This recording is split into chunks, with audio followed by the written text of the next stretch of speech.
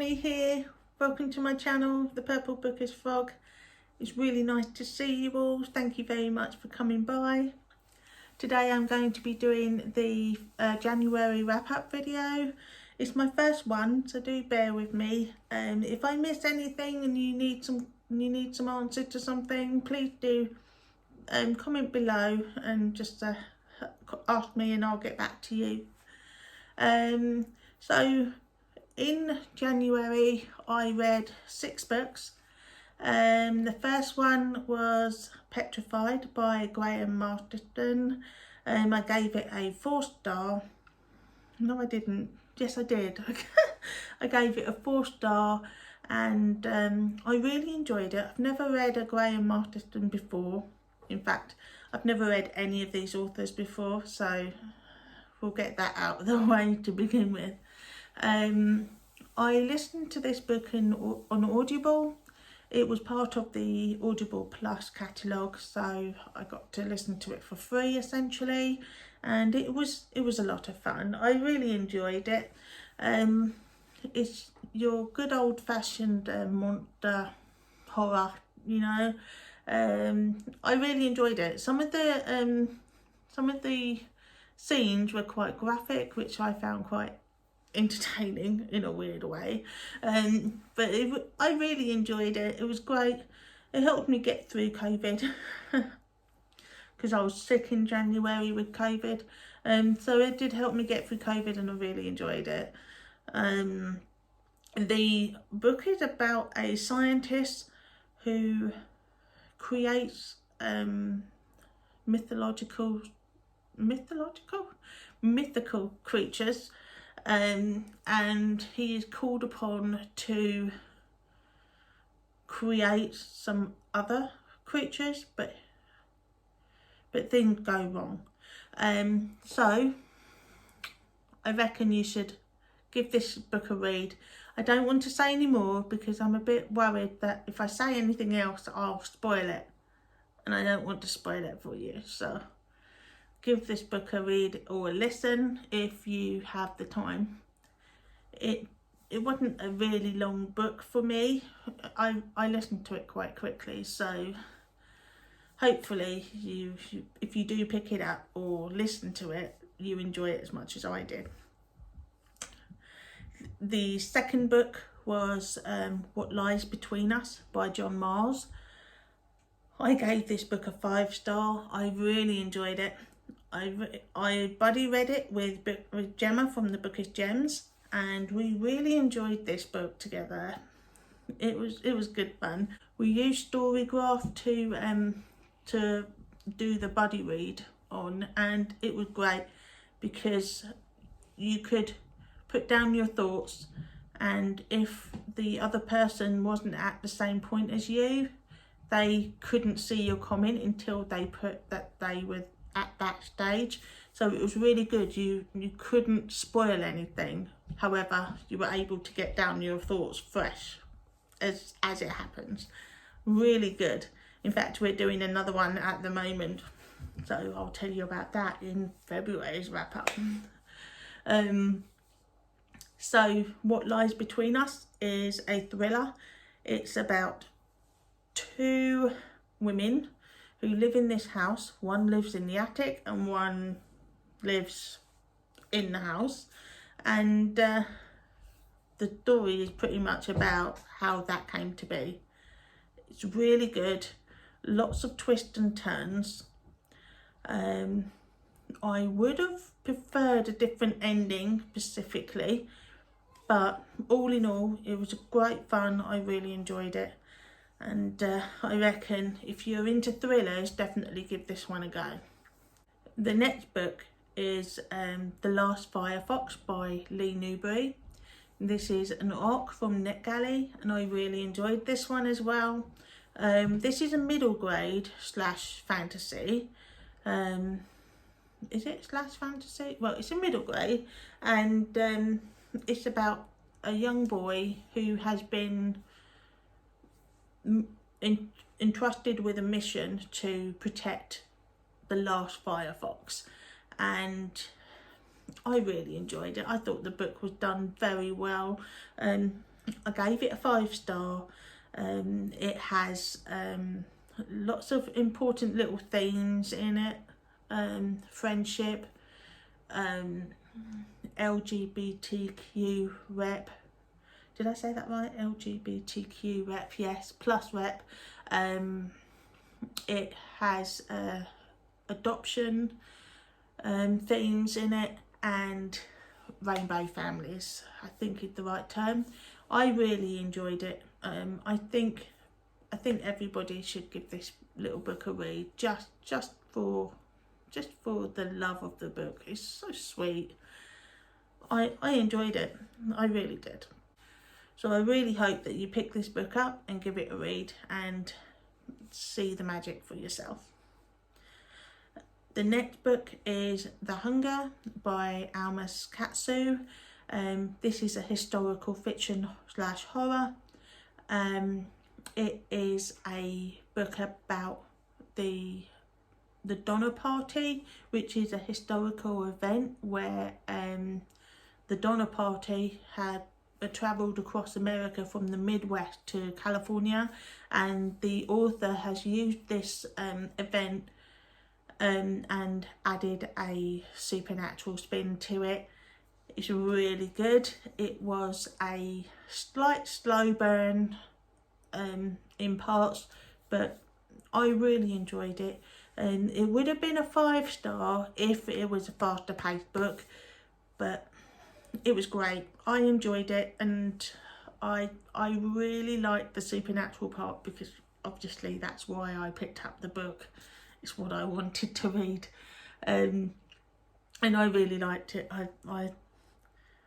I thought some parts of it were quite graphic. There's some LGBTQ rep in that as well, which I really enjoyed. It's a little bit, I wouldn't say it's positive rep, because it is based in historical fiction, so it would be correct for that time, but there is that kind of rep in there, which was good. I like that inclusion in there. There's interracial relationship in there as well, which I liked. It was good. I don't want to say anything else in case I'm spoiling. I hope I didn't spoil by saying about the relationships. But anyway, definitely give this a read if you're interested in like a historical event / like supernatural horror. It was good. It was entertaining. Did take me a while to read because of the pacing, but it was good. I overlooked the pacing because in the end it was good. I did finish the book going, yeah, this was cool. Because it wasn't just the supernatural bit, it was just the environmental dangers that you have to face. It was good. Read it. Next was Interview with the Vampire by Anne Rice, and this book I gave a 4-star. I read this book as part of a read-along called Vampalong by hosted by Gemma from Bookish Gems, Ashley from Ashley's Media Addiction, and Anna from the Book Dreamers Alley. They did a live show just recently, yesterday, the 12th of February, on the first book. So they're going to be reading the entire series, or at least that's their plan, throughout the year. So definitely, if you want to, hop on that train as quickly as possible before the next live show, which I think is going to be in March at some point. They haven't announced the date yet, but the Interview with the Vampire was really good. I did enjoy it. It was a little bit like, at some points, because of the flowery writing. It's a historical fiction. I'm not sure if it's supposed to be classed as a horror. I wasn't frightened or weirded out in any way by the fear or the blood or whatever. But I think it's historical fiction. I did enjoy the book. I did find the writing sometimes a little bit too much for me to get into, so I used the audiobook to help me through it. And once I got into the audiobook, I actually enjoyed the book a lot more. I think which is mainly down to the flowery writing. But other than that, I really enjoyed all the characters. I hated some of the characters like you're supposed to. I loved some of the characters like you're supposed to. Some of them were really annoying like they're supposed to be. It was good. You know, it was good. I reckon you should definitely read it. There is not much else I can say other than pick up the book, give it a read and see for yourself if you would enjoy it or not. And definitely join in the Vampalong because it's very exciting. I like the fact that I'm reading a book with someone else. So I'm not just reading it, I'm reading along with someone else, and it's a bit more of a community kind of feel. It's great. I enjoy it. So the last book I had on my wrap up is Stolen Tongue by Felix Blackwell. This was my favourite book of January. It was my favourite book. It's not rated 5-star, which you think it would be because it's my favourite book, but it was my favourite book purely because it scares me bloody witless. I couldn't read it while my husband was out on his night shifts. I had to wait for him to come home until he was off work so that I could read the book and finish it. It took me so long to read it.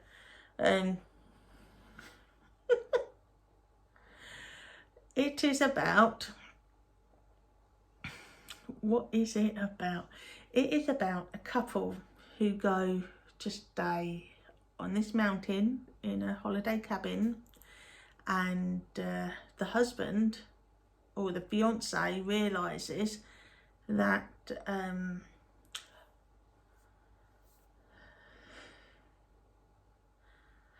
I allowed to say that? This book is about a couple who go to stay in a cabin on a mountainside, and they start to hear voices out and about at night, and then the guy realises that his partner is sleep talking and talking back to the voices. It was so scary. It was like, what the hell? It was... Every time I think of this book, I think of two scenes, and it's very frightening. You have to read it. The book starts off so strong. So strong. There was a little bit in the middle where it started getting repetitive, and I was like thinking, oh, for God's sake, would you just move on already? We know that she sleepwalks. We know she's sleep talking. We know, just get on with it. But then as soon as it started to get on with it, it was like, yeah. It was good. It was my favourite book of January, purely because it had me awake at night. One night I couldn't go to sleep. I had to fall asleep out of pure exhaustion because every time I closed my eyes, I had this image in my eyeballs and I couldn't let it go. It was, yeah. I think this author does a great job with imagery. His writing is really good with imagery because all you could think was like, oh, that's creepy. It was good. Read it. pick it up and read it. It's on Kindle Unlimited. So read it. Please. Make sure you're reading it with people in the house, lights on. If you're living alone, go around someone else's house or ask people to stay with you. Do not be on your own, because it's frightening. Anyway, so that's that. Yep, that's that. Okay, so that's my January wrap up. I don't know if I did a good job with it. I hope I did. I hope I did all right. If I missed out any information that you were hoping to get, please comment below and I'll try and do better next time, and I'll answer your comments with whatever it is you needed to know. Alright, okay, so let me update you. Right, so January Tic Tac Toe board had all of these on it except for Interview with the Vampire. It didn't have Interview with the Vampire on it, which probably meant that I wasn't able to get a Tic Tac Toe, but that was my own choice. I will put a graphic here to show how my Tic Tac Toe board looks like at the end of the month. Because it's mid-February, I've already chosen the punishment book because I didn't get a row, and I randomly generated that one, and that ended up being The House of Earth and Blood by Sarah J. Maas, and that book ended up as slot number 9 on my February board, also chosen randomly by the random generator. So yeah, so that book will stay on my Tic Tac Toe board for months to come until I've actually read it. So I hope I get a row in the next month. Otherwise I'll have 2 books that will be permanently on the board until it's been read. I don't want that. I don't want that. So that's it. Thank you very much for watching my January wrap up. I hope I did a great job, and I'll see you in the next one. Bye.